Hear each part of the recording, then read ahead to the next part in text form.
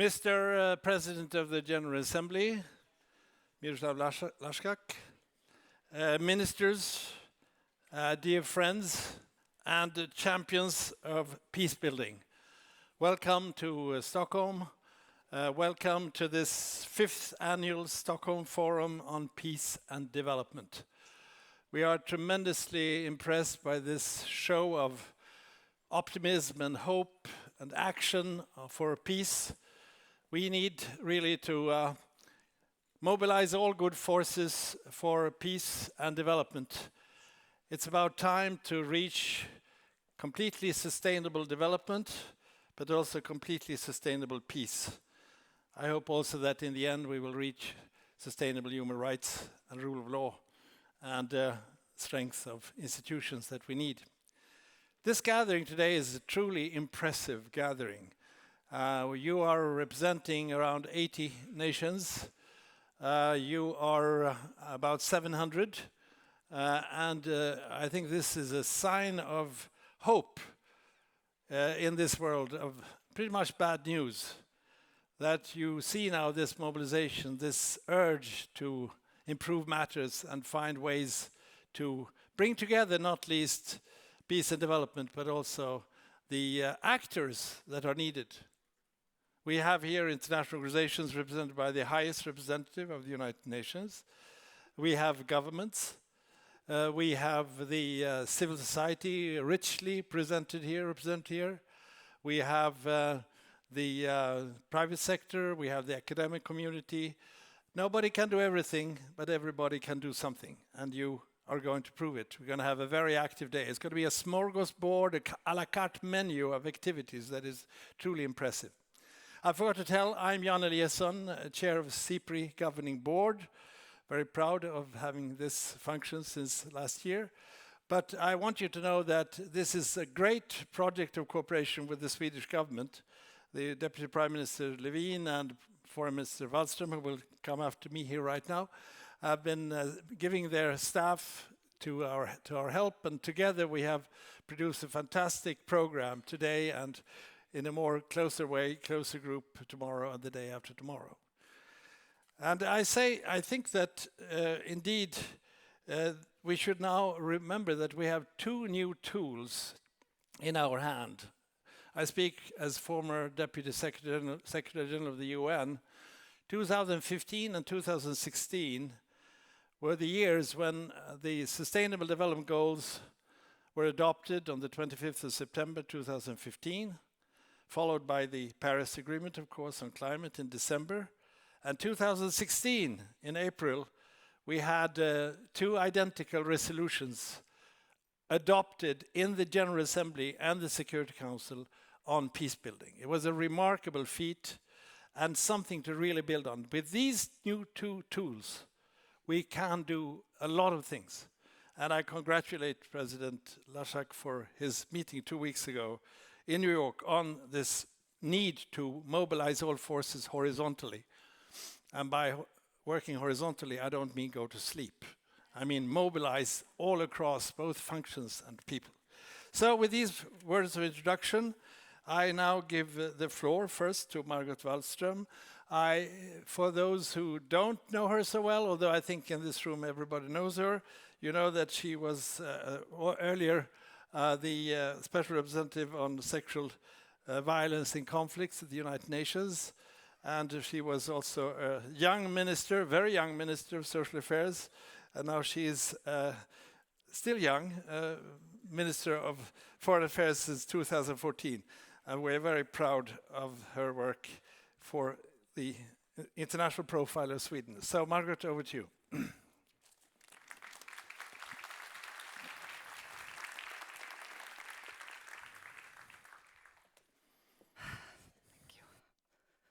What a scary thing to have a transparent speak. Good morning. Thank you very much. And it's a true honor and pleasure to welcome you all to Stockholm and to this forum. And I do that on behalf of the Swedish Ministry of Foreign Affairs. And I want to extend a special welcome to ministers who have come from Somalia, from Afghanistan, from Liberia. We have ambassadors and all of you friends from civil society organizations and all different actors that are interested in our future and how to create long-lasting peace. Thank you all for joining us here today. Thank you, Miro Lajčák, because we used to be colleagues in the Foreign Affairs Council for a long time, and we always called you Miro. And now you are the deputy, it's called, vad blir det? DPA, yes, PGA. It sounds like the tour, another event. It is not. But the president of the General Assembly. And you've done that in such a marvelous way. And I really congratulate you on the progress that you have made on this post. And I think especially in focusing and helping the Secretary General to focus also on conflict prevention, which I think is also an important priority for all of us. Now, I have found myself giving very much the same speech lately, ever since I became a grandmother. So raise a hand, all those of you who are grandmothers or grandfathers in this audience. So few? You are young then, all of you. But I guess that all of you who have grandchildren, and I know Jan is one of them, realize that hope must be the most important asset and the most important building block for also working on conflict prevention and building a lasting peace and development. Because when you deal with those small children, like a 5-year-old and a 3-year-old, you have to give them hope for the future. You have to say that the world is both scary and dangerous, but also such a wonderful place to live in. And it is very much up to them. And you can see that they carry the hope. And for times without hope, there is no worse prison than the future, is one of our Swedish poets' expression for this. So of course we have to start by mobilizing all our hopes and dreams for the future. I want to also, I forgot to thank SIPRI for organizing this also, and for our important partnership in exploring the linkages between peace and development. And you have really provided a very important leadership, and we are certain that you will take these discussions forward the coming days. So, to continue to the subject, how do we make peace? This is a question as old as humanity itself, and philosophers, politicians, and diplomats have asked this age-old question for centuries, and still the answer seems to elude us. Maybe we've been asking the wrong questions. Instead of asking how we can make peace, we should focus on what the building blocks for conflict prevention are, and that is why this forum is so important. Together, we have the tools, we have the knowledge, we have the will, hopefully. We also have the power to make change, to change the turn the world is taking. And I would like to point out 3 things that need to be done. First of all, to address the root causes of conflict and the root causes of peace. We need to seriously look at the drivers of conflict: economic and social inequality, corruption, gender inequality, lack of access to education and information, lack of respect for human rights, sexual and gender-based violence, trans-border armed groups, refugees, land rights, trade in arms, drugs and minerals, and climate change are some of the very often interwoven internal and external factors to conflict. By addressing root causes and how they affect the population differently brings us closer to be conducive partners for peace. We need more conflict analysis and with a gender perspective. And I recently participated both in the Stockholm Forum for Gender Equality and the high-level meeting in New York on sustaining peace. And it is evident for me that these agendas are interrelated. To address root causes, we need to involve the whole of the population. And we also need to build on positive experiences of peace and peace building. We need to support research around root causes of peace and peace generating mechanisms. We need to work with civil society and local communities, and we need to look at what binds communities and societies together. In short, to build on what works and seeking to understand why it works. My second point is about taking steps to create durable peace. And violent conflict erupts among communities or countries or between leaders, but not in a vacuum. They are supported or opposed by different members of communities, countries, and parties.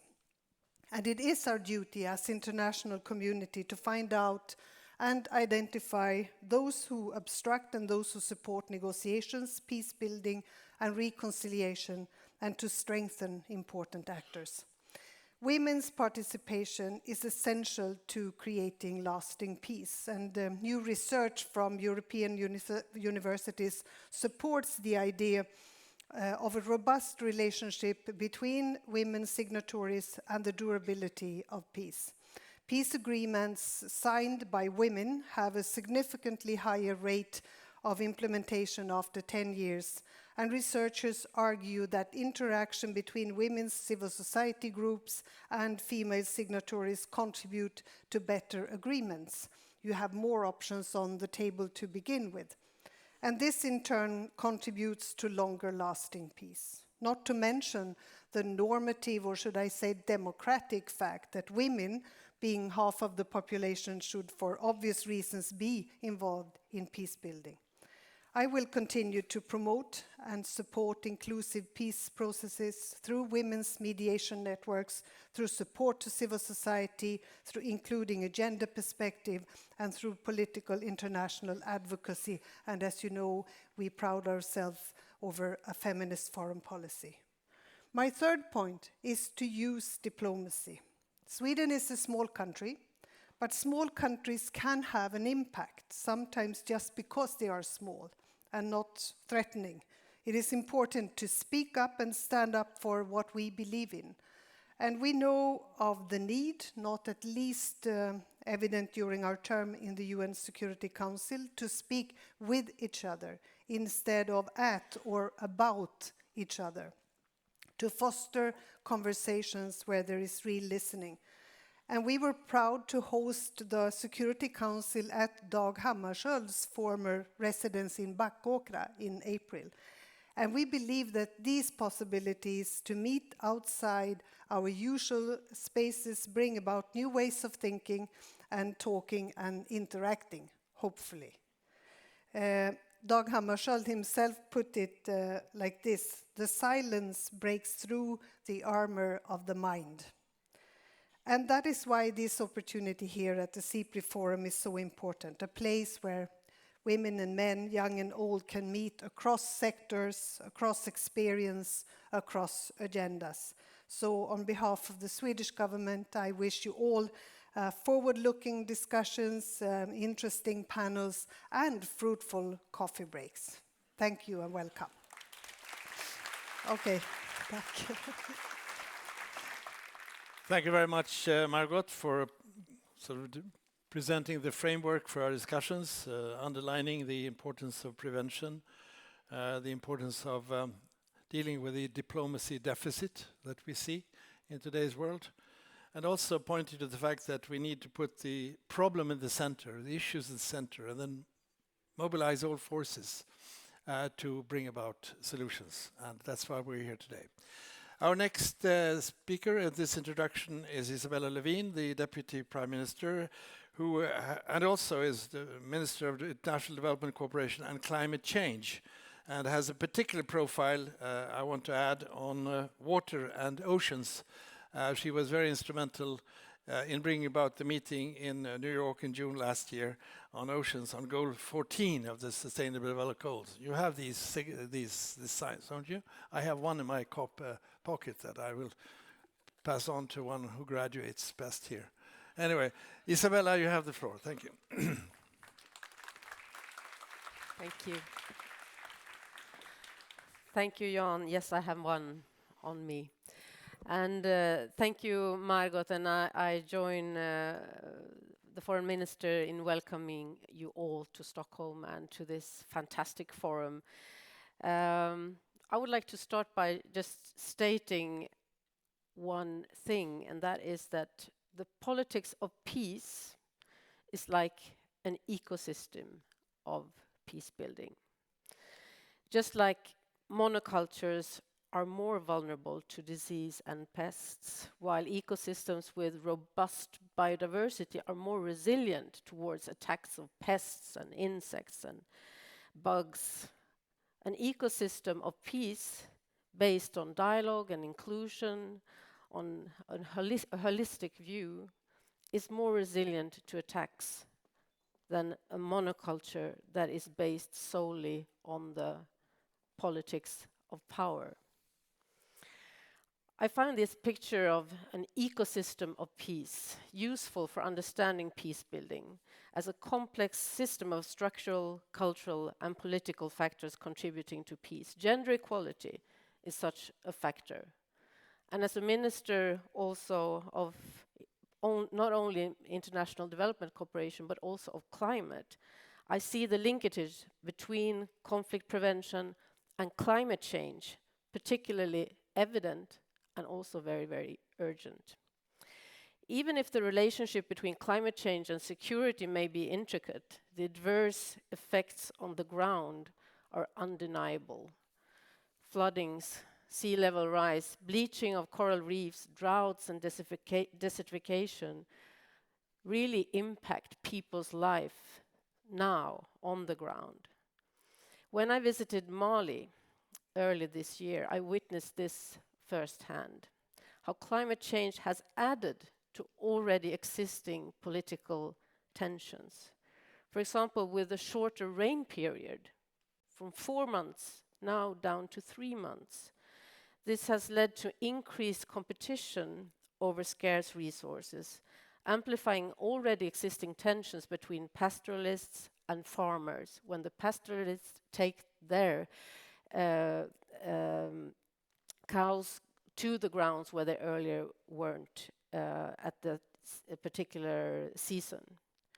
And this means that now livelihoods are being threatened, making people more vulnerable.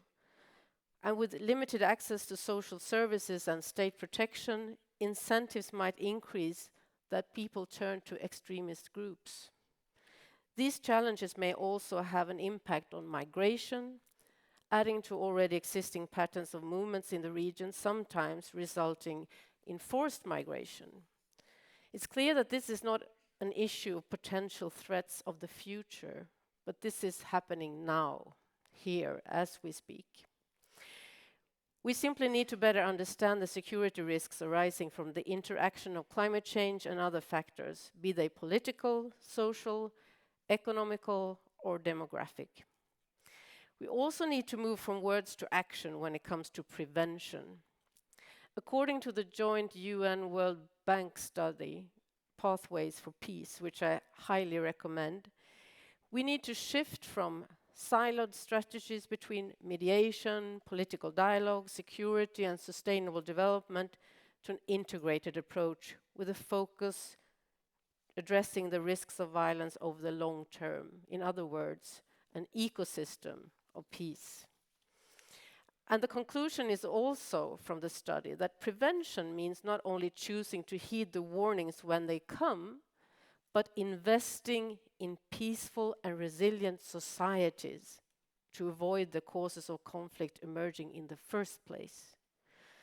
As an example, as we speak, 11 governors from the 4 countries in the Lake Chad region, together with traditional and religious leaders, civil society, women and youth groups, are discussing opportunities for peace building, stabilization and reintegration in an event in northern Nigeria, organized by the UN and supported by Sweden.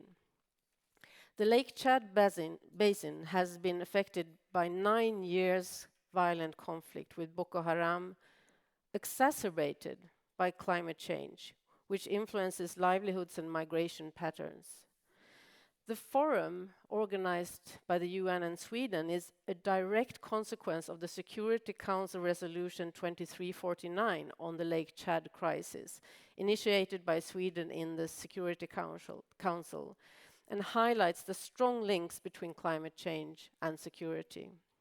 Hopefully this is the start of a political process which can complement the ongoing security and humanitarian efforts.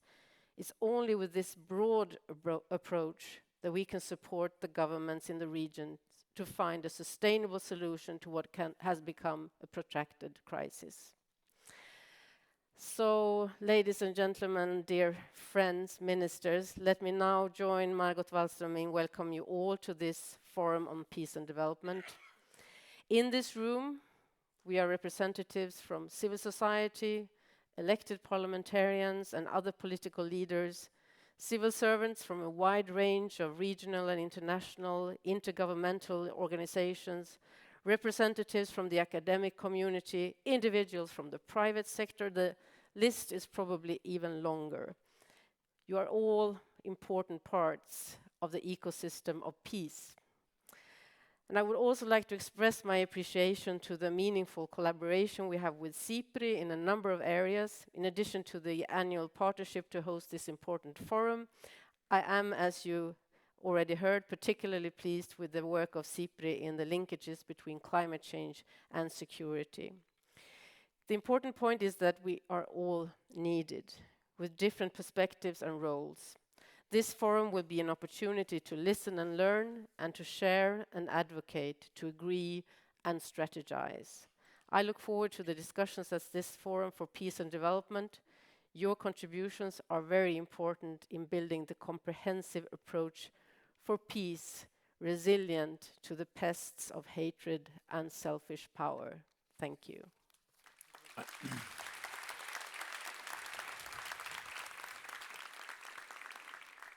Thank you very much, Isabella, and thank you for pointing to the fact that realities in the world are actually forcing us to work in the way that this forum is going to do. The climate change is so obvious. I've seen it myself as my time at the UN in Africa, droughts, floods, rising sea levels in areas that are very vulnerable. It's going to be one of the major forces behind, not least more poverty in those specific regions, but also to migration and refugee flows. The second poison we have in, the second factor that is, of course, drains our efforts is conflict. I look at Amr Moussa, my friend from Egypt and the Arab League. I look at Jean-Marie Guéhenno. I look at you who represent regions of conflict. You know that wars and conflicts drain development. We have good news in many areas. Hans Rosling, who just left he would have been there otherwise, is very optimistic, and he's right about the major trends. But in terms of what war does, in terms of what climate change does in reality, you have areas where things are not going right. And we have then to combine the peace efforts with the development efforts and the strengthening of institutions and rule of law and human rights. So that's our agenda, and it's historically important. You in this room represent better than I can recall any meeting, apart from the President's meeting that you will speak about, I hope soon, which brings together these different forces needed, not only functionally, peace, development, human rights, and so forth, but also the different areas that Isabella and Margot just mentioned. So this to serve as a bit of an introduction for the keynote speech, which we will now listen to, the President of the General Assembly, who has done tremendously good work. You have only 1 year to go, I know. You want sometimes do it longer, but sometimes it's enough. We'll see what you come to in the beginning of September. But Miroslav, Lajčák, you're welcome to address the audience. Thank you very much. Come up here.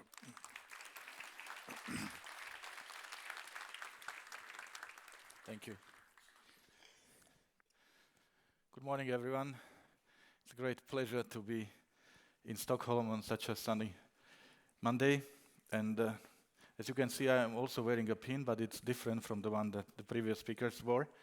Not that I don't like Sustainable Development Goals, but this one visualizes the theme of the 72nd session of the United Nations General Assembly, and it's also the theme of my presidency. And it sounds focusing on people, striving for peace and decent life for all on a sustainable planet. So, as you can see, the peace features quite prominently among the priorities of my presidency, and I'm glad that we are here to discuss peace. But speaking about peace, we have to be frank and we have to admit that we are not where we wanted to be. We are not living up to the commitments made by our predecessors when drafting the Charter of the United Nations, wrote in the very first sentence, to save succeeding generations from the scourge of war. So we are far from that, but we can get there. The question is how to do it. And to help us facilitate the discussions about how to achieve peace that can be sustained, I would like to focus on 3 points. The first, I want to talk about sustaining peace.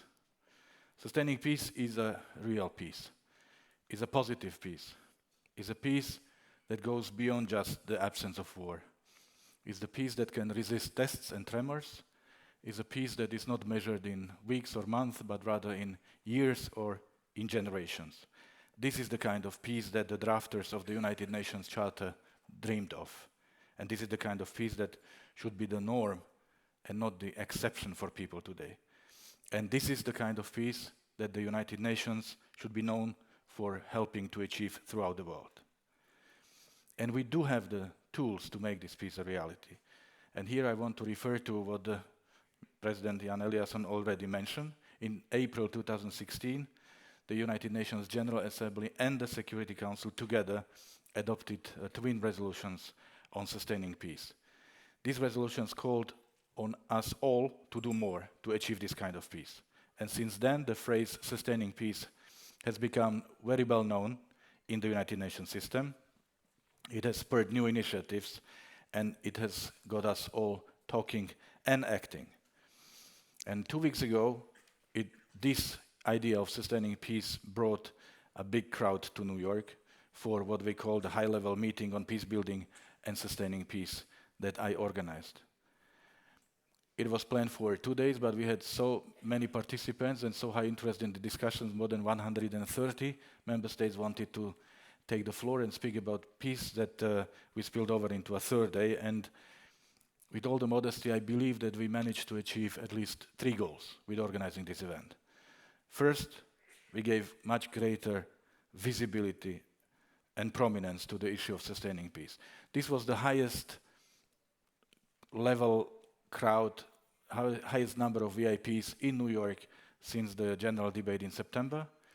Spent days talking about peace. We had 6 heads of states and governments, more than 30 ministers, deputy ministers. We had a number of peace activists from the ground, civil society leaders, peacemakers, and they all discussed peace. We had 18 side events on the margins of the main event, so we really managed to raise visibility around this crucial concept.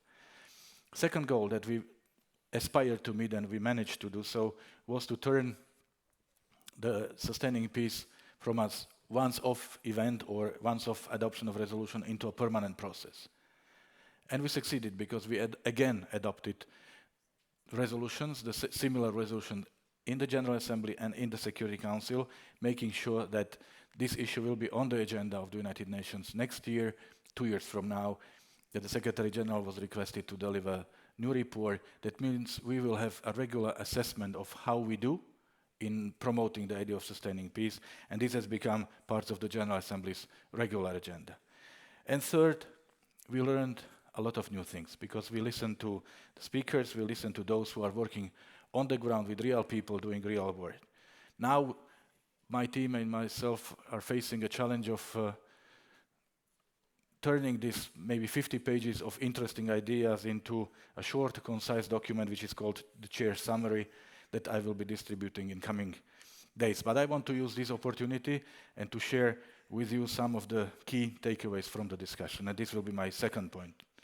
So what were the key issues that were mentioned by the speakers at the Sustaining Peace high-level event? Well, first we heard that we are doing a good work, but we are not always doing it together. We are not always checking in and coordinating. And we are not always seeing the bigger picture or the common goals we are all aiming for. And that's why we heard very loud calls for more coherence and more coordination. The high-level meeting showcased some best practices, and we learned about how we are moving from standalone actors or activities for peace to pooling our assets. And there are already very good examples, and I've seen one myself when I visited Colombia recently, and in a provincial city of Totoro, I saw the work on implementing the peace deal, and I saw the United Nations agencies, the government officials, and indigenous communities working all together under the United Nations interagency program and working towards a common goal to make the peace agreement stick. That was really encouraging. The second very important issue that was mentioned often by the speakers were the partnerships. Years ago, the United Nations was like an island, and too often it acted alone. But now we have all realized that sustaining peace cannot be owned by any one entity. It can only be achieved if we all work together. We heard during the meeting that partnerships with regional organizations are particularly crucial. And given where we are today and the theme of this topic, I think this is also a good opportunity to talk about partnerships between the United Nations and regional organizations, for example, between the European Union and the United Nations for sustaining peace. And thirdly, and I want to say this clearly and proudly, not one discussion failed to have a gender dimension. Not one. And my question to you, if we had convened this high-level meeting like 10 years ago, do we think that we would see the same case? Most likely not. So it's a positive thing that we did have made some gains towards truly inclusive peace building. And Foreign Minister Wallström was very clear on this. She was clear this morning, but she was also clear 2 weeks ago in New York when she asked, how can we expect to achieve sustaining peace if we leave out half of the population? So it's good that it is clearly acknowledged and recognized, but this is definitely not a room for complacency, because it does not matter what we say in high-level meetings if women are still being excluded on the ground. So I have to say that stories that we heard show that we still have a lot of work left to do. One good place to start would be a more gender-sensitive conflict analysis. And I also want to refer to young people, because they make up another important part of society which has previously been marginalized from our work for peace. Now, however, we know that we cannot move forward without them. And at the meeting, we heard inspiring stories about what the young people are doing on the ground, and we heard from young people themselves. And they made a very consistent request to be given more space at the table. Don't talk about young people, invite young people, let them talk and listen to what they have to say. A fourth main theme at the high-level meeting was financing. And the discussions here were very pragmatic. They acknowledge something important, namely, even if we do everything else, the partnerships, the coherence, the inclusion, we still cannot achieve our vision of sustaining peace without adequate financing. And our meeting also showed that there is, in fact, a lot of interest from investors. We heard from traditional donors as well as from new and potential ones. But business representatives made a very strong point that they cannot be just seen as cash cows. We must therefore think about how to fully engage them in reciprocal partnerships for sustaining peace. So these are, I would say, the key takeaways. This is definitely not the full rundown of the meeting. I do not have enough time for that. But I hope I managed to raise some key issues that are very relevant to the discussions that are going to take place also here in this forum later today and tomorrow. But there is something crucial which I have not yet mentioned and which was a central theme to the high-level meeting, and that is the conflict prevention. So let me focus on it as my final point here. And it is really very simple. We need to prevent. There is no excuse and there is no other way. We are losing too many lives. Conflict, and I'm sure you agree with me, is the worst things that can happen to a human being. And yet, for too many, it's part of their everyday. And so there is a very strong moral case, which we cannot ignore. But there is also a financial case for conflict prevention, because now we know that we are also losing too much money due to conflicts. And the recent World Bank United Nations study, Pathways for Peace, which was already mentioned here, and I'm glad to see the author of the study among us this morning, proves this beyond any doubt. And I will repeat the figure here that I used at the opening of the high-level event. For every $1 spent on prevention, up to $7 could be saved over the long term.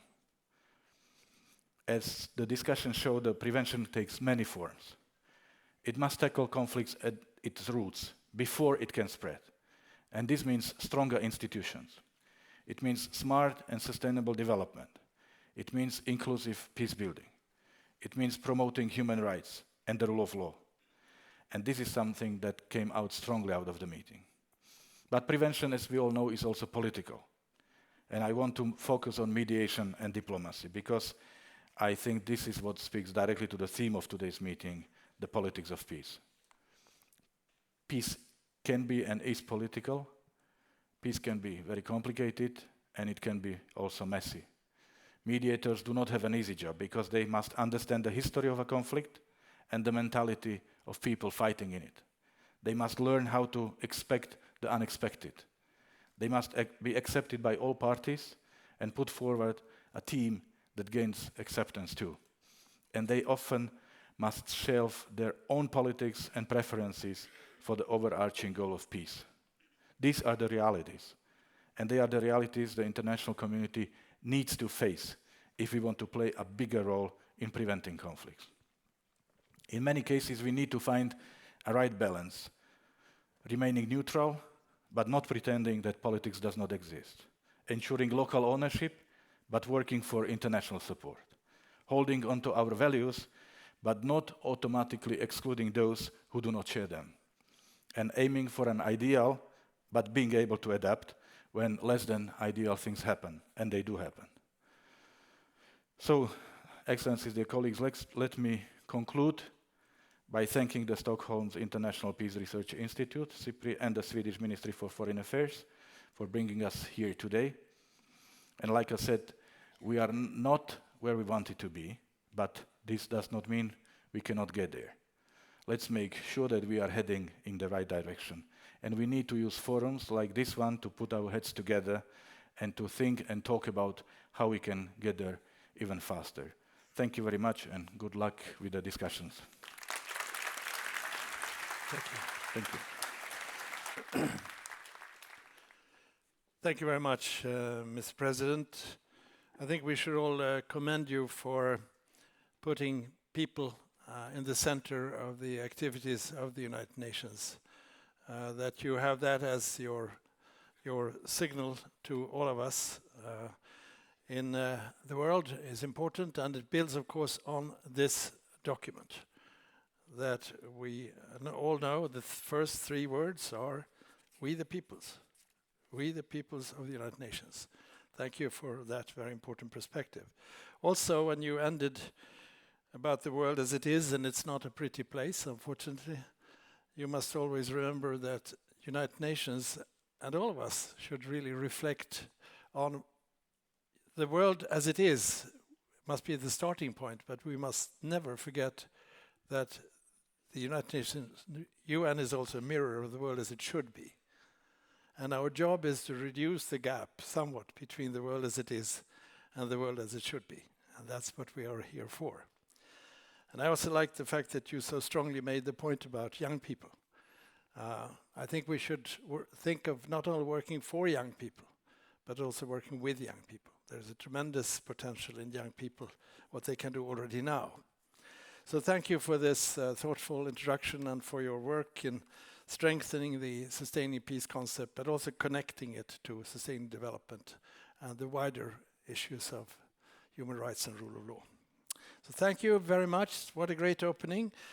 We now are in time to start the first panel, and I will be calling on my dear colleague and friend, the director of SIPRI, Dan Smith. He is a master moderator. I raise expectations on you as always. And you will, Dan was earlier, as some of you know, the Secretary General of International Alert. He was also director of PRIO, Peace Research Institute in Oslo. And now he's our director here in Sweden, in Stockholm. So Dan, would you like to come up here and present the panel and the subject?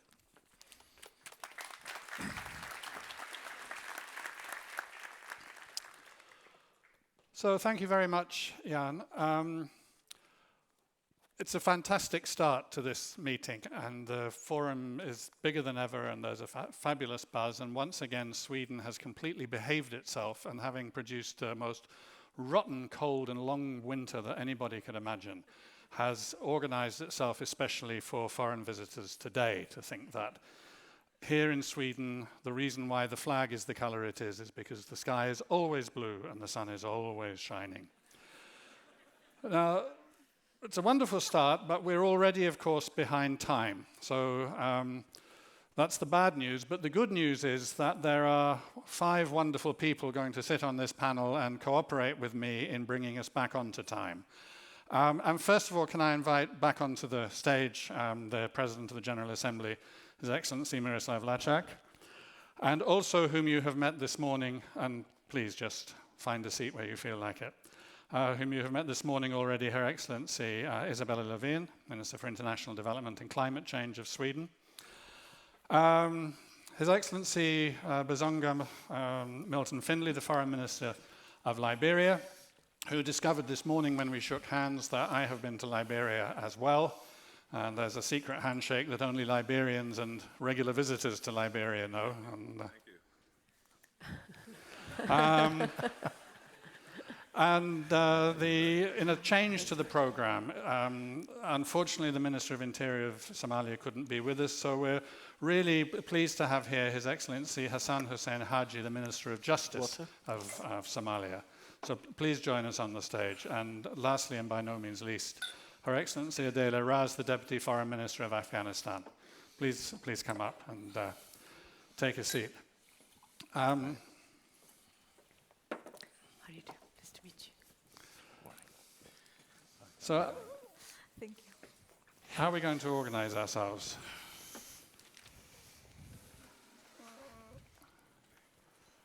See, Margot commented on the embarrassment of having a transparent stand in front of her, and my solution to that was to ask that the stand be removed entirely. I'll hide behind the flowers instead. I'm going to stand so that I loom over the participants and keep everything crisp and moving fast. And I wanted to begin with you, if I may, Your Excellency.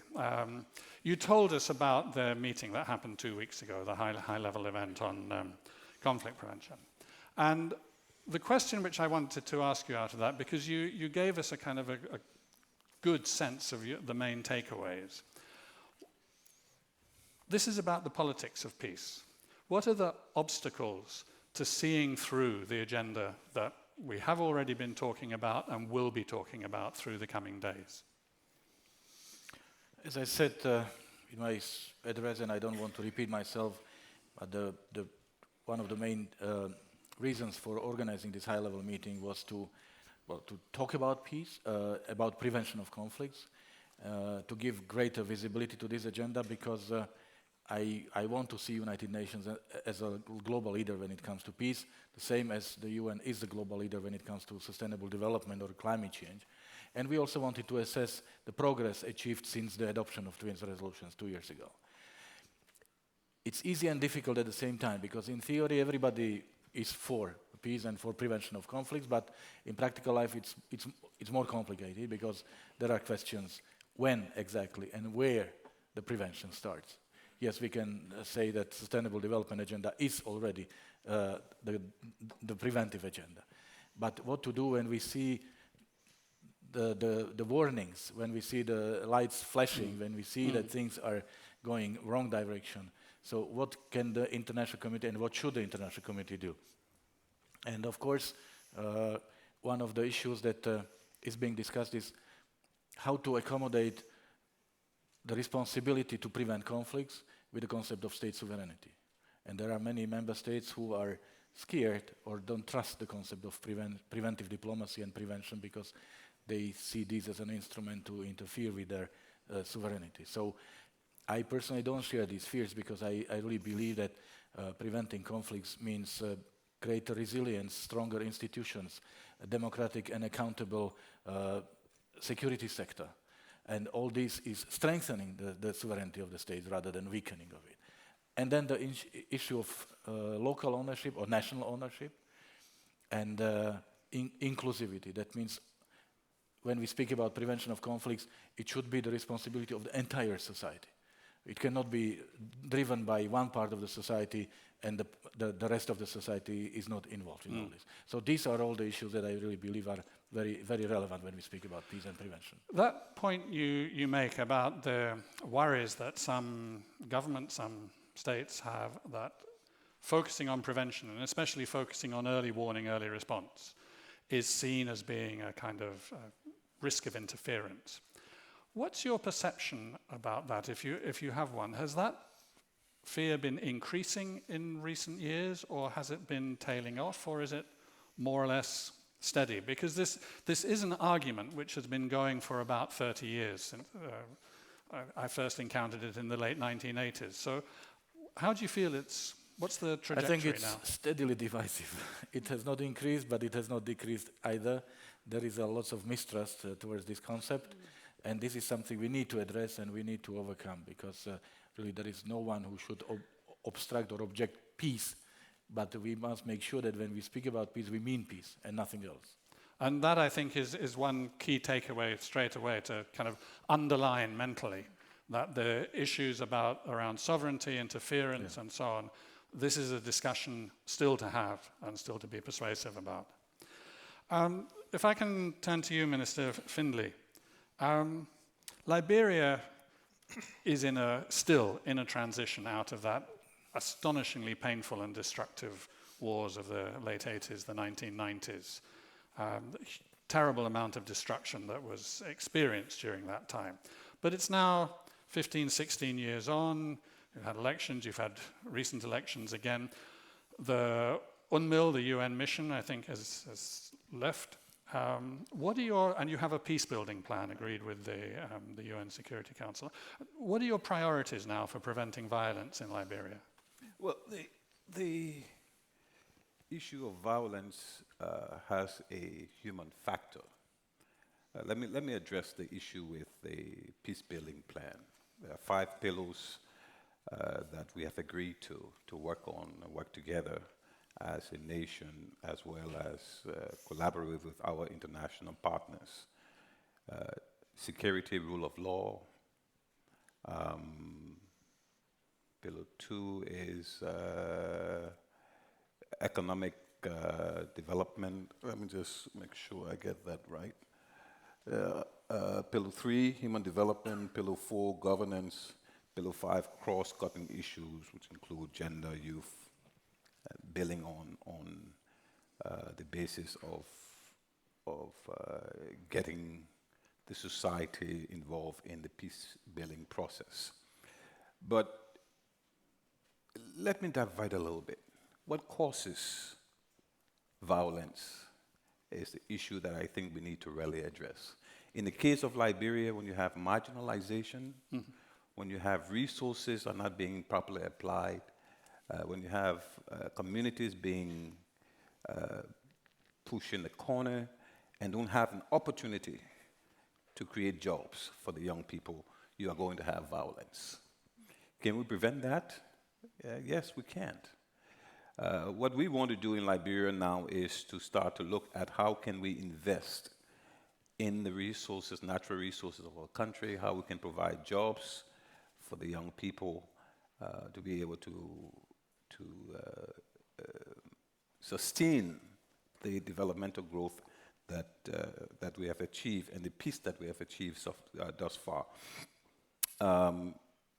Liberia right now, with the new government, we've had 2 successive elections. Yeah.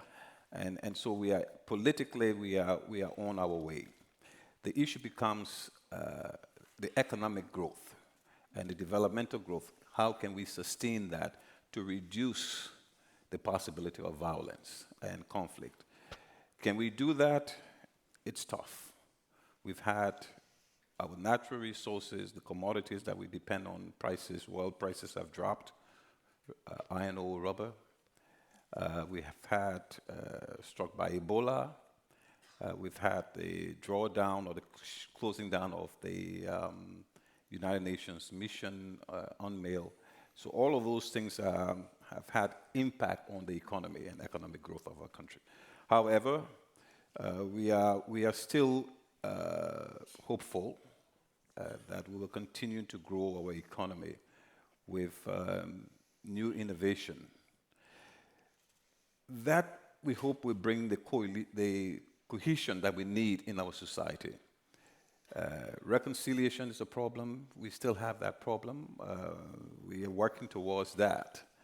And what we are doing in this government, what we intend to do actually, is to start to reach out to those communities that have been victimized, to bring the victims together, to bring the perpetrators together, to see how we can heal the wounds that was created by our crisis. The government, personally, let me get a little bit personal here. The government is intending to create an economic base for an inclusion of all Liberians. Tough one. I don't think that we're going to get there easily because we need a lot of help. We need a lot of help from our partners. All in all, I would like to conclude here by saying that the peace-building plan for Liberia with the United Nations and what we have agreed on is in stages, and we need to work towards the peace, security, rule of law, where the rule of law will be the order of the day. Yeah.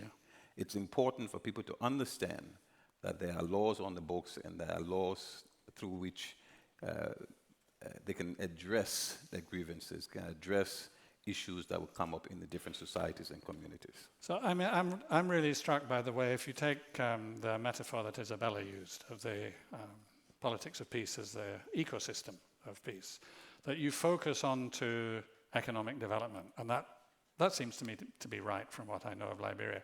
But even if one thinks about the economic development, one is also thinking all the time about reconciliation, about the inclusion of the different groups, and about building the rule of law and strong institutions. And I think this dealing with this interaction, just briefly, in a day-to-day sense, as your colleagues in the government, how do they manage to address this, the complex strands of that ecosystem? Well, the issue becomes, what are the causes? We have to look at what are those causes of creating conflicts. The major conflict is dissatisfaction. People are not happy. People are, like I said, marginalized and taken advantage of. So we have to be able to address that. We have to, as a government, give access to the citizens where they will be able to address their grievances. In the absence of that, we're going to have some problems. One of the things that was said about the cost of preventing conflict versus the cost of mitigating conflict and getting involved at a later date doesn't make sense to me. The world knows fully well when there are conflicts, when there are issues that are creeping up and you can see violence coming in, we need to step in. A typical example would be when two friends are arguing, confusion between them, insulting each other. You don't wait for them to get into a fist fight. Right. You jump in and you try to push them apart. And sometimes you use force to keep them apart. In this case, it's the same thing that happened in Liberia. You had to bring in military force to stop the fight. Get the stability. And that costs a lot. Rather than saying, well, look, we know that you, Finlay, is the cause, you, Mary, is the cause, and both of you, we're going to extract you out of this process. I think if the world is starting to look at some of these things and talk about sovereignty, you're going to cause the rest of the world. So this issue of violent conflict, I think, needs to be looked at in the right perspective rather than talk about independence and sovereign nation. And so you can't get involved. You should be able to get involved at a certain point to stop the violence, rather than letting it go to the point where violence become an issue. So in Liberia, basically what we're trying to do is basically give a platform that the citizens will be able to express themselves.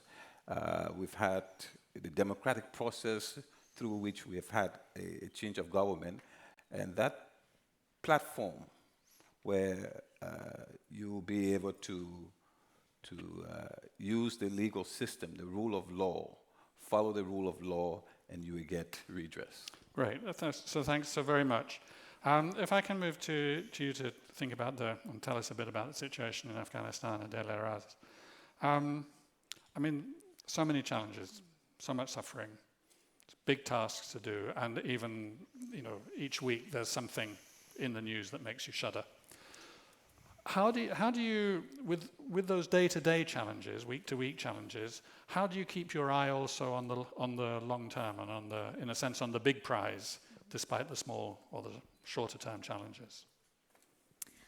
Thank you, Dan, for the question. I think I was listening to the earlier speeches and the discussion about conflict, and now referring to this question, in a sense, when you live in a country where it goes on a day-to-day basis through violence, and you see your friends, you see your colleagues, you see your countrymen and women who die, it is not an easy process, in a sense, to still keep your hope and continue to wake up the next morning, go to your office, and keep that vision, which Dan, you mentioned.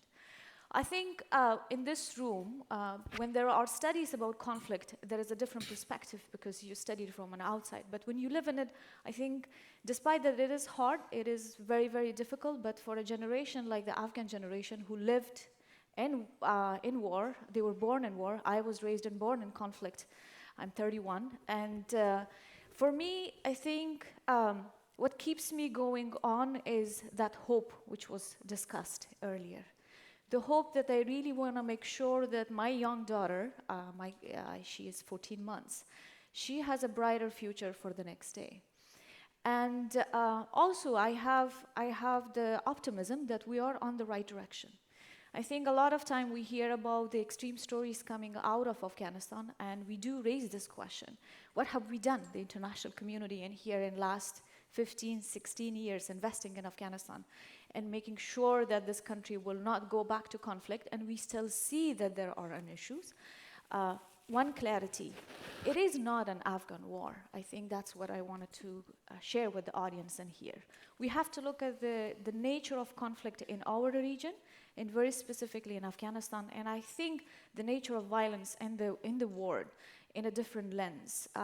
We do live in the 21st century, Dan, and the 21st century does come with its opportunities and challenges as well. The opportunities, of course, the technology have brought us very close to each other. And the challenges do exist with the same way, means that we don't live in an era anymore that the conflict in one country could be contained in there and it won't transfer.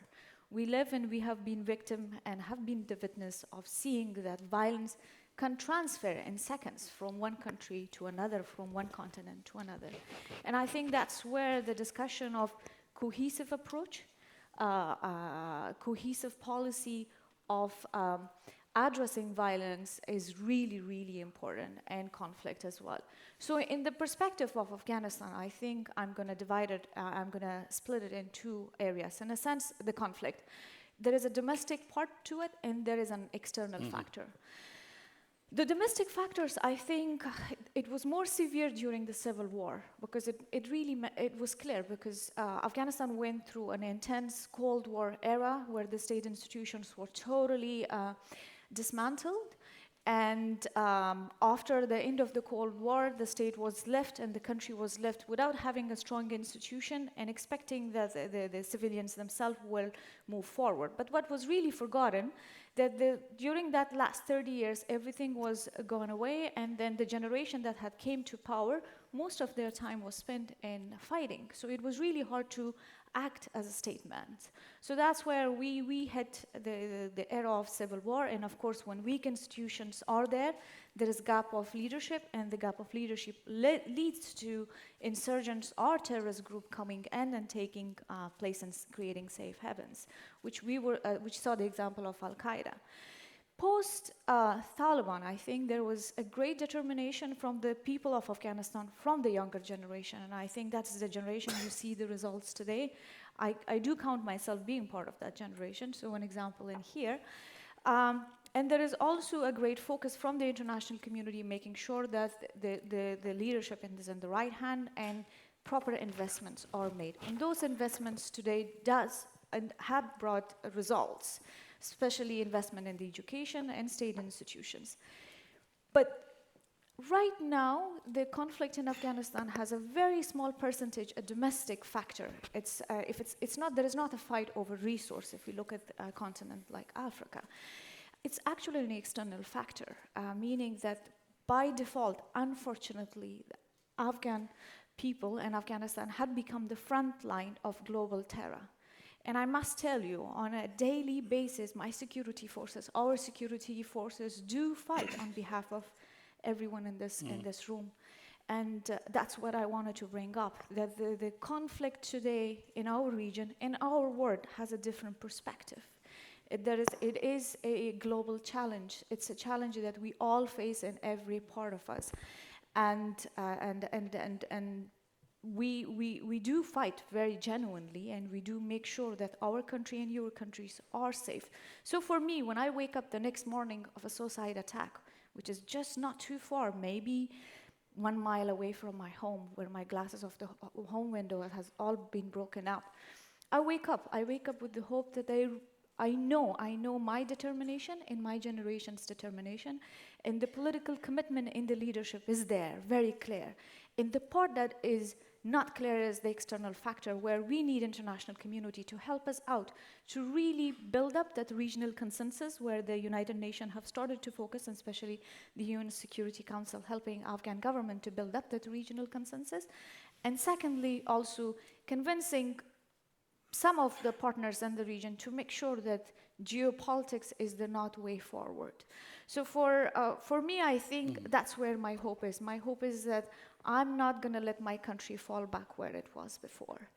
And I know that the vision is very clear. We are on the right path. 15 years ago, 17 years ago, if you would have asked an Afghan just simply, if they wanted to connect to the outside world, they had to travel, leave the country, and make an international call. But today, there is over 90% of the country, they have access to cell phones. So I'm going to go back to my earlier statement. The opportunities of the 21st century, and of course, the curse of the 21st century does bring us to a different arena and a different discussion where this platform would be effective and useful. I think it's fantastic that you bring both a kind of a realism about the situation and the optimism for moving forward. And if I can then turn to you, Your Excellency, Hassan Hussein Haji, with the situation in Somalia, that is also a country that has been through a long period of destruction of many dimensions, of people, of physical property, of state institutions, indeed of the state itself. Again, for you, what are the current priorities, and how do you hold the short-term priorities and the long-term vision in balance with each other? Thank you very much. First of all, let me greet the President of General Assembly and also Deputy Prime Minister and other distinguished guests. And let me thank you for inviting me this important meeting. As we are talking sustainable peace, I think sustainable peace requires political stability, security stability, economic stability, and also effective, reliable justice system. We as a government, we have priorities, and these priorities are, first of all, stabilization of the country and working on our security sector through national security architecture. Security is really important, as my colleague just talked about. If there is no security, there is no livelihood. People cannot do their day-to-day work. At the moment, as a government, and also our international partner, including African Peacekeeping Force, are trying to stabilize the country and control, and trying to get rid of elements who are fighting the government. So our first priority is security, and we are now going through transition period through national security architecture. Then the second priority is the economic development. I think without having an economy and having employment and people engagement with the government and getting their own payment and salaries, I think it's going to be difficult, the institution to run. So now we are trying to generate local revenue. I think we are in discussion with IMF and World Bank how to reform our financial institution. And now we are gaining the status of trusted institution. Once we get that, we may be getting debt relief, which will be a great success for our country. The other issue which is really important after security is the reform of justice sector. Without developing justice and having an independent accountable justice system, then security alone cannot work. So we are trying to develop our justice institution, and that's also a priority. While we are working to develop our justice institution also, we are working to develop legal framework for fighting corruption. Corruption is really a disease which can kill government institutions. So now we have passed the bill in the first house, and it's going to upper house now. I think once we get that bill, we can fight corruption. The other priority, which is mainly related to a political agreement, as you are aware, we have a provisional constitution. Yeah. And our provisional constitution now is under review. There are a number of issues which need political agreement.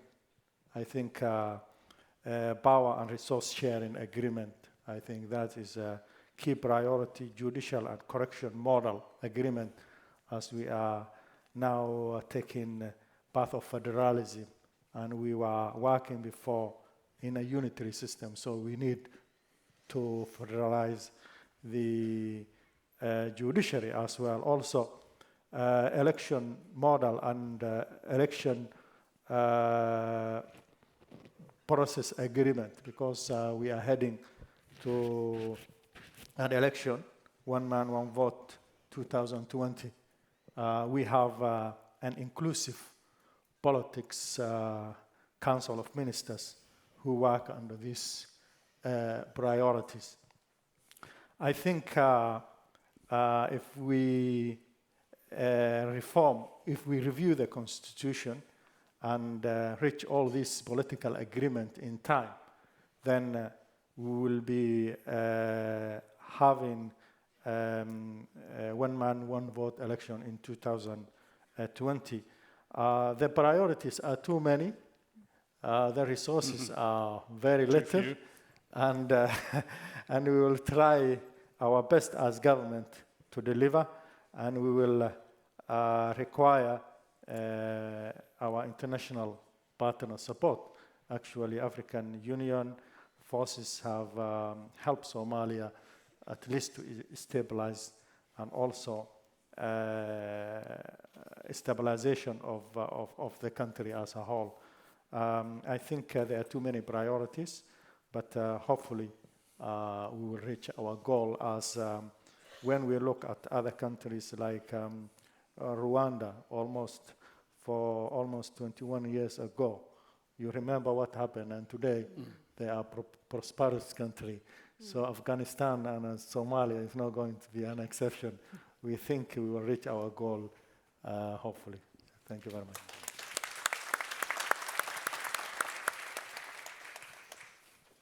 So, Isabella Lövin, I mean, one of the things that has already arisen is the nature of the role of international support.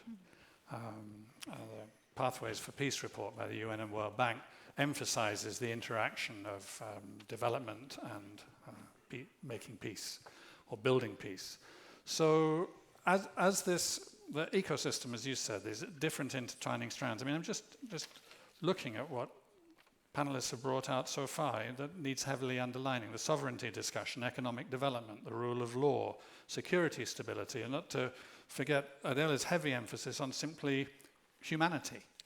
Right? So how are not just policies but actually programs adapting to meet these intertwined challenges? Well, first of all, I think the issue of hope needs to be really highlighted, and thank you so much for bringing that up. And I think all three of your countries could be examples of how you can really create really solid peace building and state building on the ground. And I know all three of you are on the way. But you need ownership, national ownership and leadership, that's for sure. But you also need international cooperation and support. I don't think you will be able to do it all on your own. And I'm also proud that Sweden is contributing in a modest way, but in all three of your countries with economic support, but also political and engagement in the development of your countries. And I think what we need to do is to really see the interlinkages between the political side, the development side, and have a holistic approach.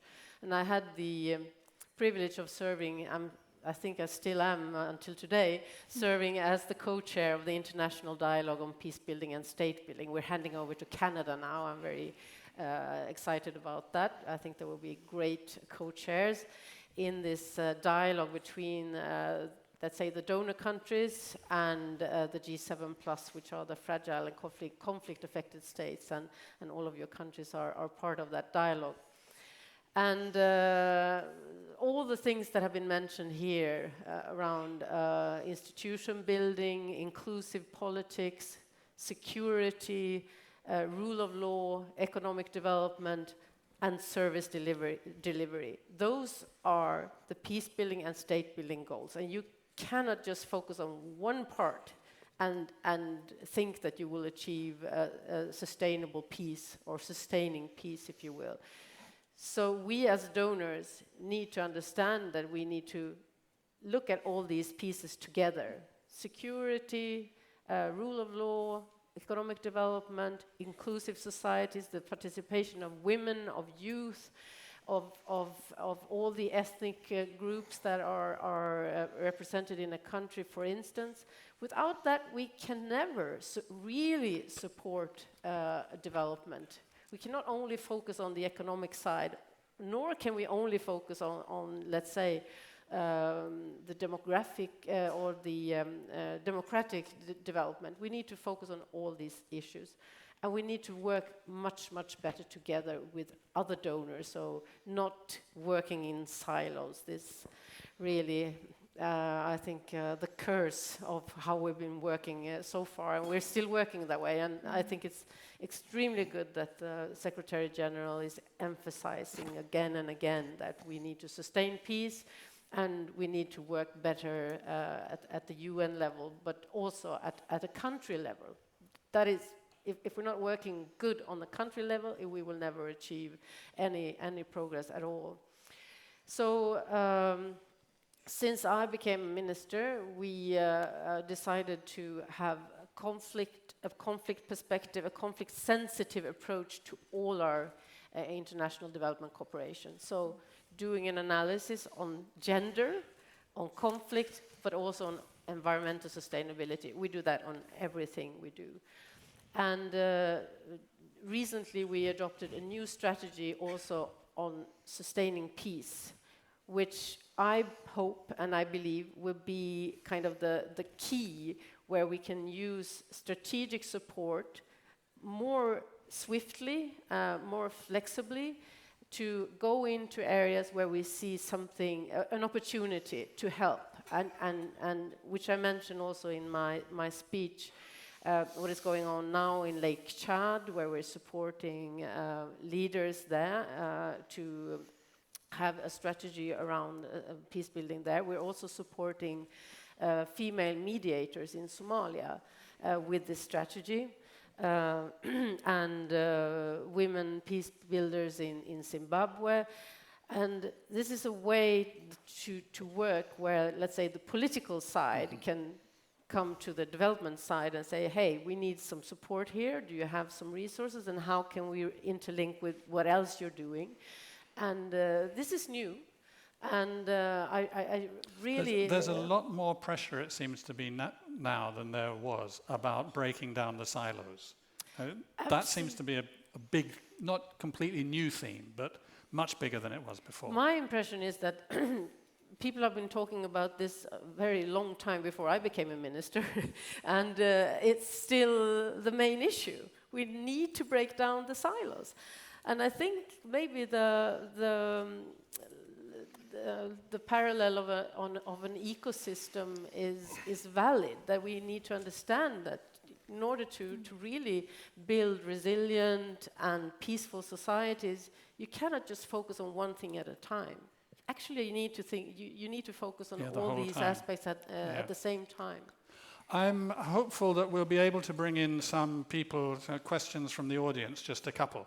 Can I just get reassurance that there is a roving mic somewhere around, or that there will be when needed? And in the meantime, I wanted to ask each of the three of you the same question, which is, here you have the Minister for Development for Sweden. Here you have the President of the General Assembly. Here you have a large number of influential people in lots of different ways from, by one sense or another, the international community.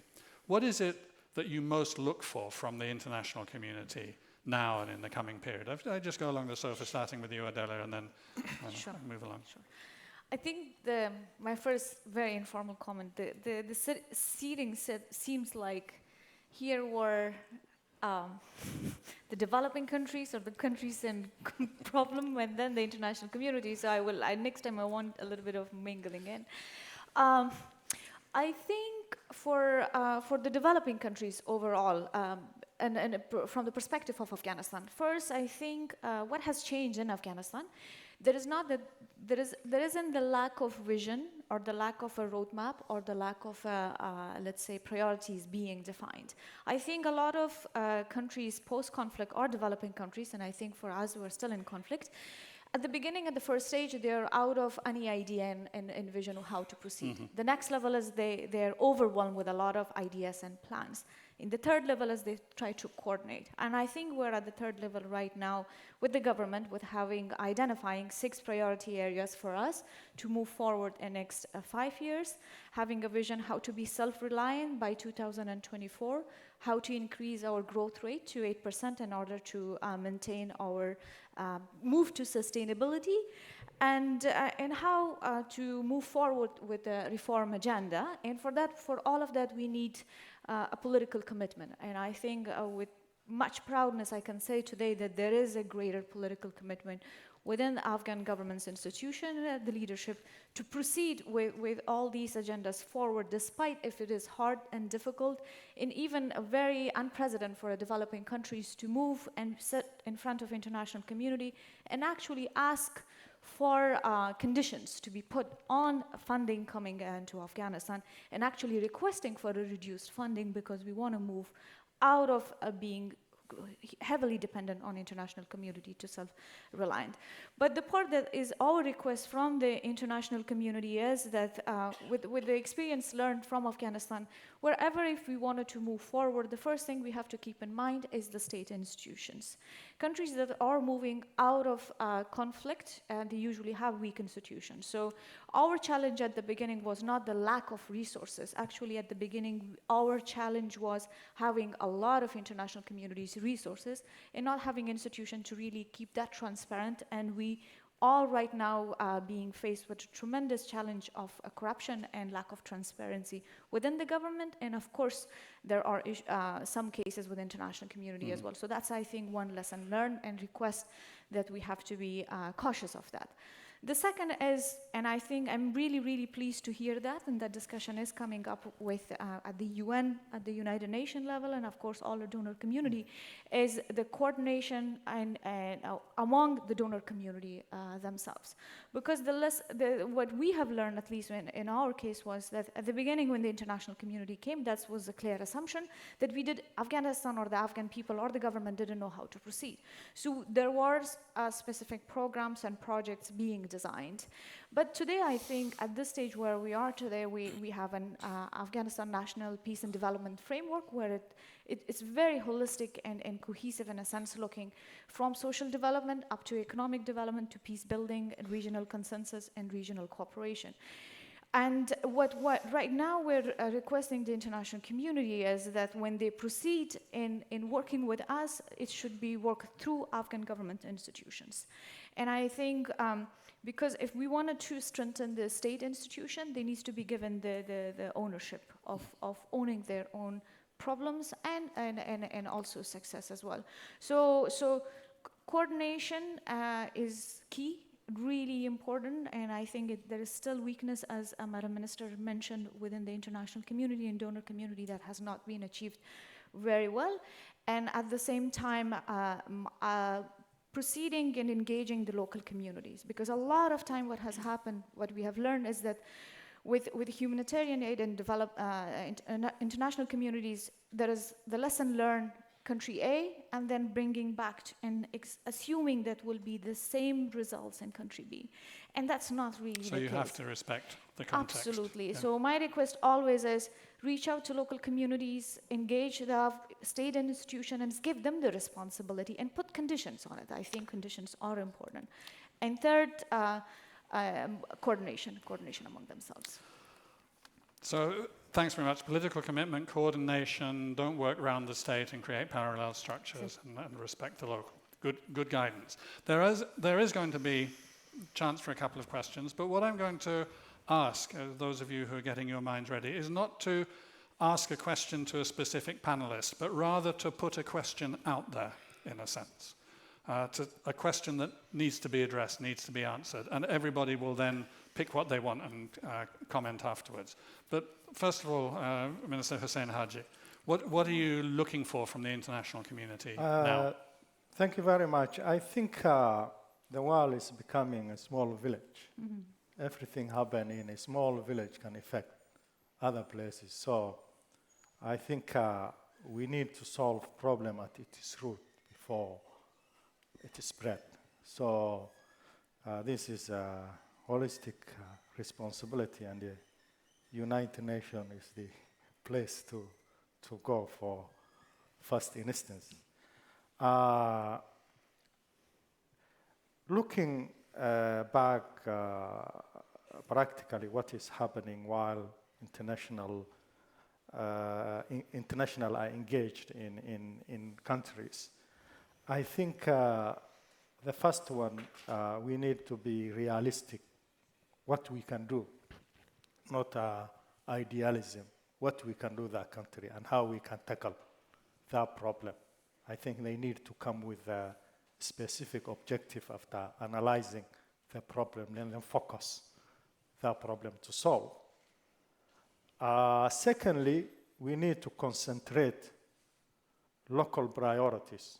Locals have their own priorities and need not international priorities, because once that local problem is solved, things will be stabilized. I think also we need to engage more diplomacy and reconciliation process. Once there is a conflict, we need to solve the problem through reconciliation and diplomacy, not force. Fourthly, we need to work with the governments, not working around them. So we need to have a common objectives and priorities, and then face the local objectives and priorities and work together. I think this is the coordination you are talking earlier. So the other thing, I think funds given to governments need to be utilized for service delivery. So I think there must be a mechanism to follow that. Once this procedure is followed, I think the working relationship between international and governments will be good. Thank you. That's great, thank you. And Minister Findlay, your thoughts on this as well? Thank you. I would like to put it this way. When you talk about peace and you talk about sustainable peace, the citizens need to have access to job, where they can feed their children, where they can have a place to stay and have a roof over their heads, where they will be able to pay their children's school fees, and have something to save. Once you can do that, accomplish that, with the citizens themselves being a part of that process, I don't think you're going to have people thinking about violence because they are so busy working and trying to build their lives. This brings me to what I would like to say. What we look for from the international community is investment into our countries, sustainable investment that will grow our economy and grow our developmental agenda. That brings me to the fact of the G+7 agenda, that basically we want to sustain peace, and we want sustainable peace. But sustainable peace without a citizen without having an opportunity to work, having an opportunity that they have to worry about the children being out of school, being at disadvantage, is not going to address the issue of sustainable peace. So it's in one simple word, investment. Invest into these countries, give the citizens an opportunity to work. And then I think and I believe sustainable peace is achievable. And Mr. President, if I can then bring it back to you and to the high-level event that you chaired a couple of weeks ago, how did these thoughts resonate there? And what do you see as being at that international level, the high level, the political commitment that can support these folk in their work? Well, I'm very pleased to say that we are stressing exactly the same elements that are key ingredients for a successful peace effort. Namely, if we want to be successful, the process has to be nationally owned and nationally driven. And unfortunately, we as international community have acted in the past in a way as if we know better what countries need. And Afghanistan has been, unfortunately, the case in study when others were trying to decide what's the best for your country. Fortunately, it's not the case anymore. Second, it has to be regionally anchored. It also has to fit into the regional environment, culture, tradition, so that it should be appreciated, I would say, welcomed by the regional partners. And third, internationally supported, clearly. But as I said, support, because it has to be in the front seat, in the driver's seat, we have to have national government and the society. And when it comes to the international factor, we need to do a better job in greater coherence and coordination, which is also lacking. Sometimes there are too many international actors doing the same things. There are duplications, there are overlaps.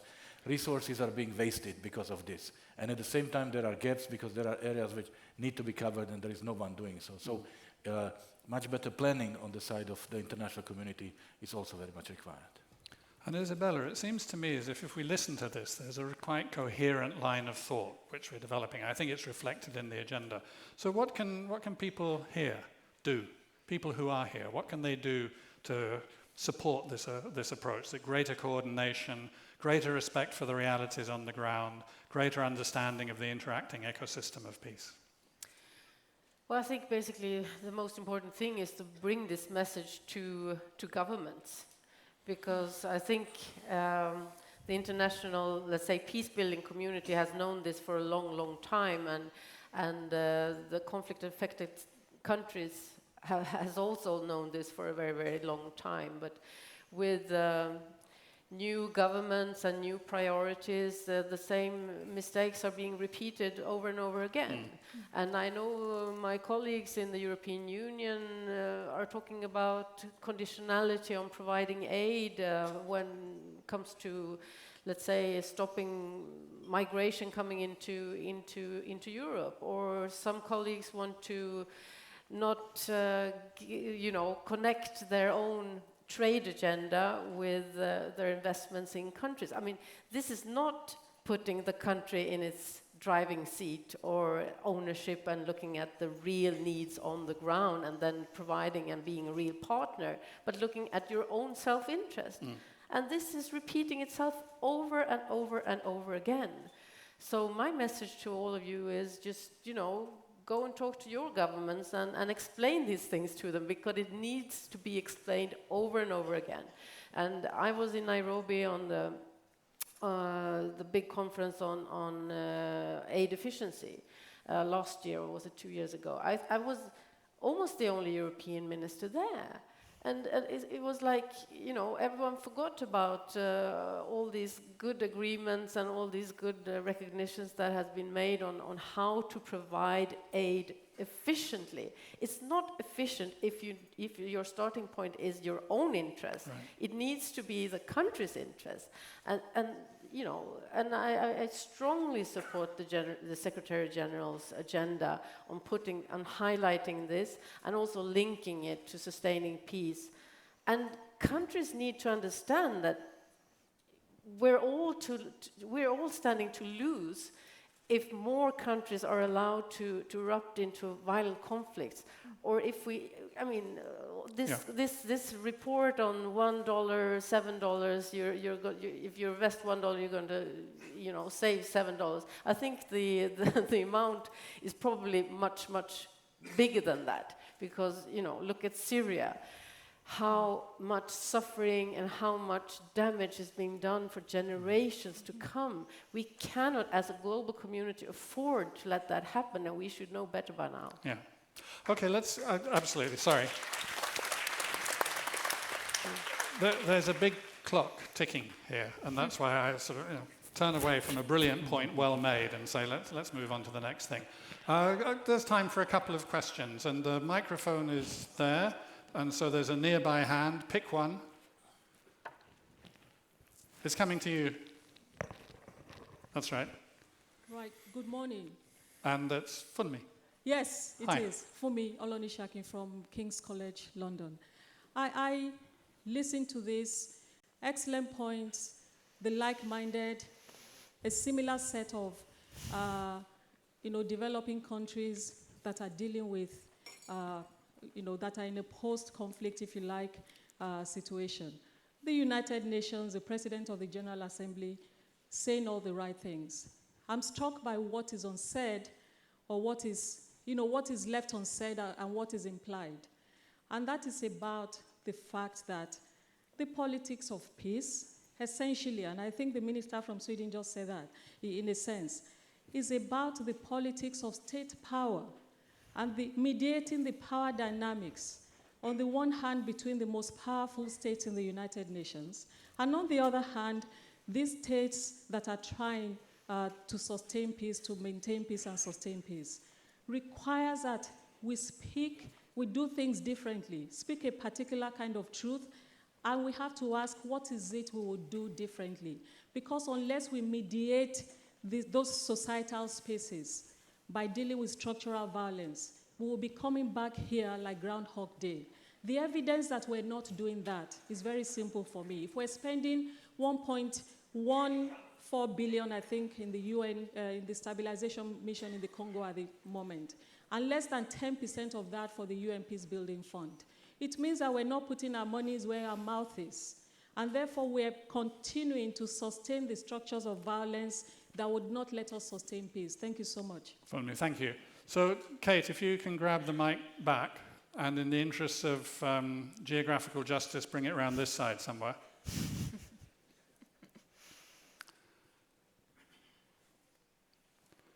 Thank you.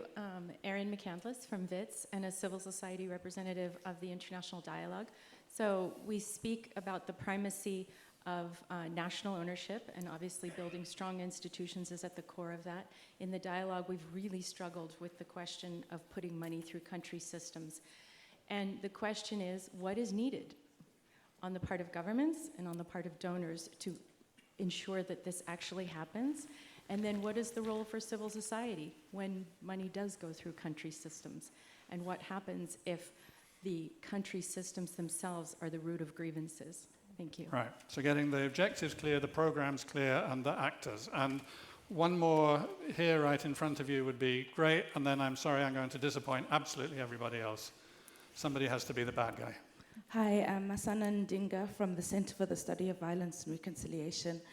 I just have a question about the convening or concentrating funding through national government agencies in the absence of discussion around global political economics and trade justice and business justice, and the notable lack of corporate representation in the forum. If we are going to take that stand, then we need to consider the actors that are not in the room and the consequences of lack of trade justice and equity within the United Nations systems itself. And what are some of the things that governments themselves can do when they don't necessarily stand for human rights, or businesses don't stand for human rights, and how those interests are often very much aligned for corruption and the oppression of human rights. Thank you. Thanks a lot, and thank you all three. And I know there's loads of other questions to ask, but there's also another couple of days to go, so I hope everybody will be able to discuss their points through. We are a little bit suffering from the tyranny of time, so I'd like to ask each of you to take a couple of minutes to respond to these thoughts, and to actually to anything else that you would like to pick up. But the important thing is just a couple of minutes. The unstated issues, the absent actors, the necessity for being clear about actors and objectives and so on. Those were the issues in headline form that were being raised from the floor. So if I, again, move along is that okay? Start with you? And just move along the sofa and finish with Isabella. Adela first. Sure. Thank you. I think the two areas that, as a government official, I feel responsible to answer, which is the issue of the question of the role of civil society. In a sense, when we're requesting an international community to channel their support through state institution, and when there is a question of corruption or weak state institution, what is the role of the civil society? I think my answer would be active engagement and active engagement. The civil society has an important role between state institutions and international community. If they see weakness between any of them, they have to really reach out, speak out loud, and keep us responsible, the government officials, as well as the international community and the donor community as well. So you do play an important role, and that goes along a lot of issues. If it's the issue of rule of justice, rule of law, corruption, all of that. And in terms of states, when state institutions are weak and requesting for funding to be channeled through them, I think as a government official, for the first time as a aid recipient country, when we went to the Brussels conference, I think one of our very open statement and requirement we asked actually international community, the donor community, was to put condition on the funding you give us. And we require and we want the same thing that they do when they reach out to local communities too. Because experience have shown when the countries are going through the development pace and they start to feel that this funding has never end deadline, they continue to so much heavily be dependent on that they forget to invest in their private sector support, long-term sustainable economic development, and even state institutions forget and ignore the reform agenda that they need to follow. So for us, we had a very, very tough discussion internally within Afghan government institutions when we were going to the Brussels conference, and we're going through the same thing right now, preparing for the Geneva conference coming up in November with the donor community, is that what is our responsibility to make sure that the fundings given to us should be spent effectively and equally, and it reaches out to everyone, and it has a long-term sustainable objective, and we are fund-free or let's say aid-free by 2024 or beyond. That's a really difficult question for us, but we are trying to think very critically and make sure that if it is a hard way, we still have to walk it through.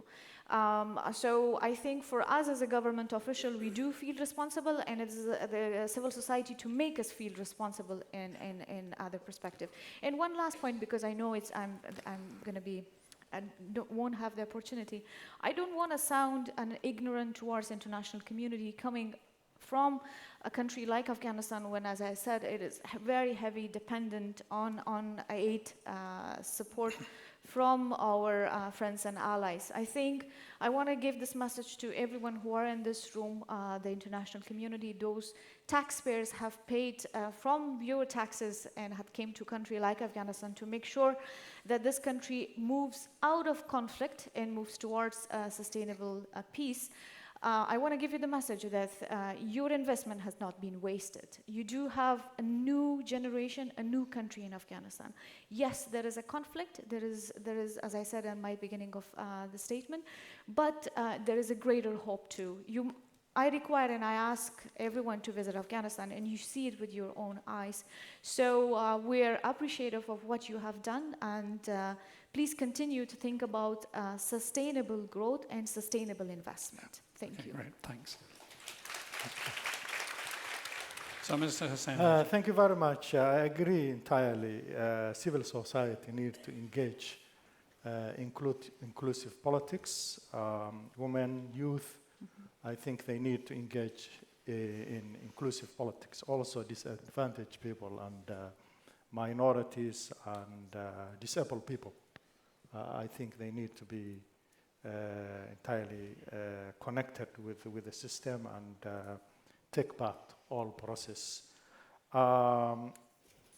In addition to that, I think their right need to be protected with government constitutions. In relation to human rights matters which was raised, I think human rights is a priority for citizens. If their rights are protected, they feel that they own governments. But if their rights aren't protected, then that grievances can create violence. I think there are a number of human rights instruments, Universal Declaration of Human Rights, European Convention of Human Rights. All state constitutions contain a chapter for human rights protection. So I think human rights protection need to be strengthened and protected, and also rule of law need to be connected with the protection of human rights. Great, thank you very much. And Minister Finlay. Thank you. 2 minutes.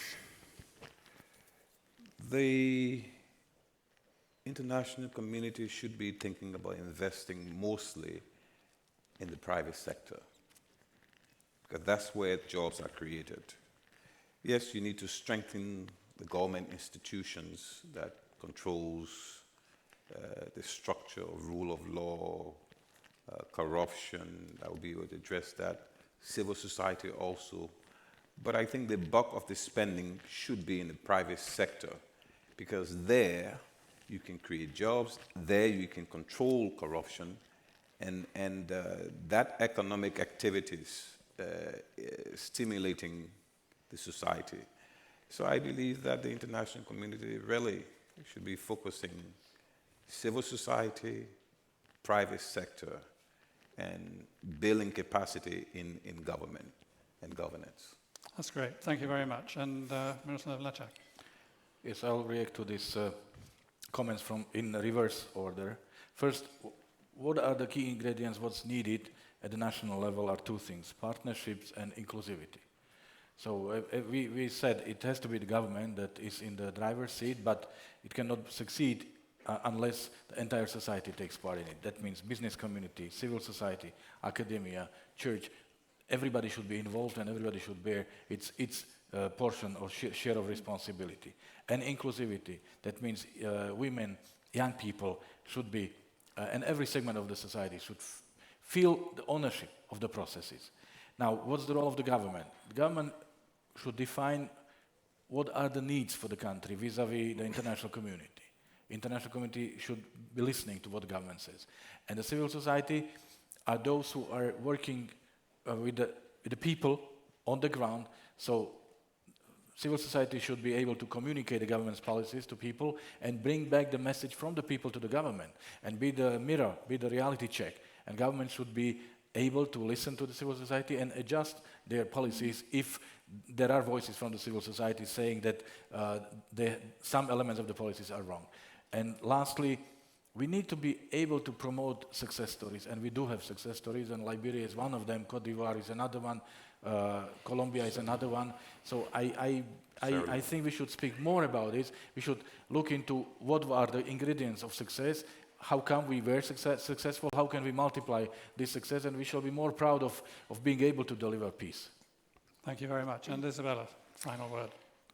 Well, thank you. I mean, the role of civil society is really checking the accountability of the governments and the institutions. And I think Sweden would never have been a country that we are today without strong movements, with women's movements, with the labor unions, with athletic movements, environmental movements. All these very, very broad and engaged movements has always put pressure on governments, and that's why we need the check and balances between governments and civil society, and that's why we also support civil society. When it comes to investments and the private sector, we also need to make sure that they are really acting responsibly and respecting human rights in their investments. And this is a point where we put a lot of emphasis with the new strategy for human rights in businesses that the Swedish government now applies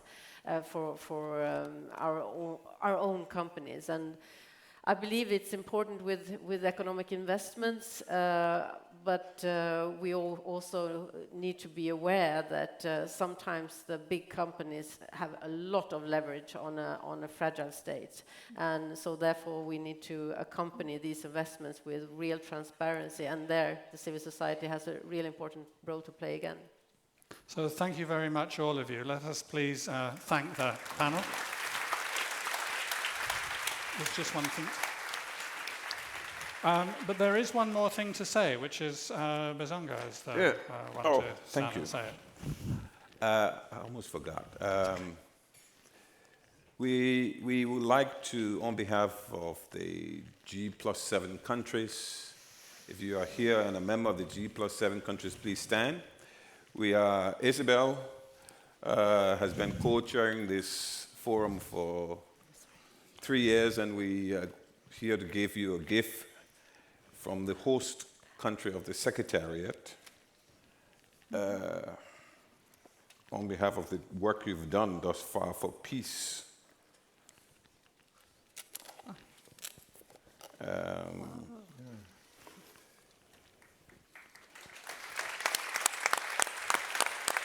Miroslav. Thank you so much. Thank you. So continue to do the good work for sustaining peace. And also just recognizing your work again. Thank you so much. Thank you. Thank you. Thank you. Thank you. Thank you so much. It's been a great privilege and really an education for me to serve as the co-chair. And I wish all the best for Canada, that we continue the work together with Sierra Leone and your countries as well. And thank you so much. Thank you.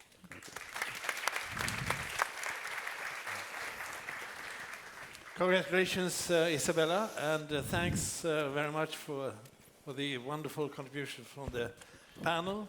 I think I have worked, you can sit, please. I have worked a lot with all three of these countries from the 90s onwards. You have uphills and downhills, but I was given a great dosage of hope listening to you. And I think you brought the realities into the room. Maybe you're right that we could have had more mixed seating so that you could see that the national and international are connected, because I believe very much that it is more or less the same agenda now. The national, international is more or less the same agenda. A good international solution, whether it is climate or migration, is indeed in the national interest of a member state. It's hard to get huge countries to come to that conclusion, but I think for us here, I think it's obvious. But it's also very important to realize that to develop a society at home in a way which takes away discrimination and unites the different parts of the country, works with a well-functioning justice system, accepts human rights and the importance of strong, inclusive, transparent institutions, is in fact not only doing the right thing for their citizens, our citizens, but it's also a contribution to peace. And when I was President of the General Assembly, I was very proud, together with Kofi Annan, to produce this formula, which I still think is the basis for our work. We said back in 2005, 16th of September, we said, there is no peace without development, but there is no development without peace, and none of the above without respect of human rights, the rule of law, and well-functioning institutions. And that job we have to do at the same time. And I think we have to get away from the way of thinking that we can deal with all these problems on our own. We need to bring together everybody around the problem. We need to put the problem in the center, and why not a glass of water, fresh water? It's a real problem. And then ask ourselves, who can do something about it, nationally and internationally? And then have a distribution of labor around the problem, not starting from the institutional, bureaucratic direction, but from the problem and the challenge. Then, in the end, serving the people who you described needed the basics so that they could reject this demon of war, which is coming in and breaking up everything in such a negative, destructive way. And one of the dangers in today's world is the proxy wars, that outside powers are playing their games inside other countries. Syria is the worst example, but as I've seen it in so many places. It's so hard today to mediate because the proxy effect is there so strong. So therefore the prevention, listening to the vibrations in the ground, hearing the first signs of things going wrong, that's when we have to act. Right. We can't wait for the disasters to occur. And I think that was also the message of the meeting in New York, and it is growingly the message of this meeting today. So I'm very glad to have had this morning together with you. The coffee is waiting. You feel the coffee nostrils working. But before that, I want to ask Kate Sullivan to give you some logistical information. And with the same breath, I would like to thank you, Kate, and all the others at SIPRI, and all the others at the Ministry of Foreign Affairs, and others who have made this possible. I mean, they all have computer brains to keep track of everything that is going on here. So now prove your computer brain, Kate. And thank you for the panel again. Another applause.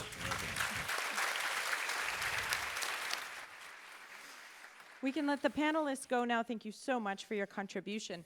For everyone else, we know you're antsy to get coffee, and in fact, you need to evacuate your chairs because we're going to rearrange this room. So, coffee will be served in the adjoining room to my right. You're all encouraged to caffeinate. The next panel begins at 11:45, and you can see there's a lot of people and not so many seats. So make sure that you're on time, you've used the restroom, so that we can stay on schedule today. At 1 o'clock, the first wave of lunch will be served. We're going to have 3 different waves so that there's not massive queues. So if you can talk with your friends and try and decide who's going to grab their lunchbox at 1, who's going to take it at 1:30, and who's going to take it at 2, we would greatly appreciate it. Lastly, the Featured Initiatives Fair is going to take place in this space. So when you grab your lunchbox, you can then take it with you to wherever you're going, whether it's to a presentation or a workshop. Enjoy.